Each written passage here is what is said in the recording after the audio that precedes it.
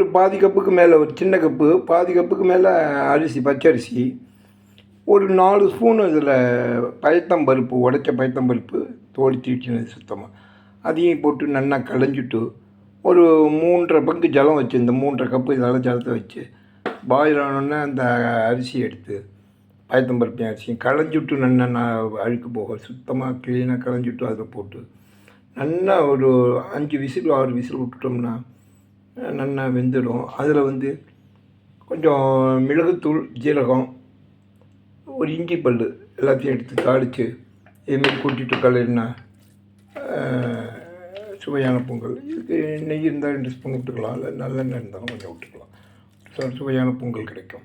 இதை தொட்டுக்க சைட் டிஷ்ஷோ சாம்பாரோ சட்னியோ சர்க்கரையோ வச்சு சாப்பிடுவோம். இதுக்கு சொன்ன மாரி சாம்பாரோ சட்னியோ அல்லது ஒரு சர்க்கரையோ போட்டு சுட்டு சாப்பிட்டா ஒரு 3/4 வயிறு ரொம்ப சாப்பிட்டோம்னா தூக்கம்லாம் வராது, நல்லாயிருக்கும். வெண்பொங்கல் ஹோம்மேக்கு நம்ம ஆற்றுல விட்டு வீட்டில் பண்ணுறதுனால ஒரு சுத்தமான எண்ணெயோ விட்டுக்கிறோம். கலப்படம் இல்லாமல் நல்லா உடம்புக்கு ஹெல்த்தாக இருக்கும். Thank you Ramasamy from Kumbakonam. இது கும்பகோணம் சமையலோட வெண்பொங்கல். தேங்க்யூ.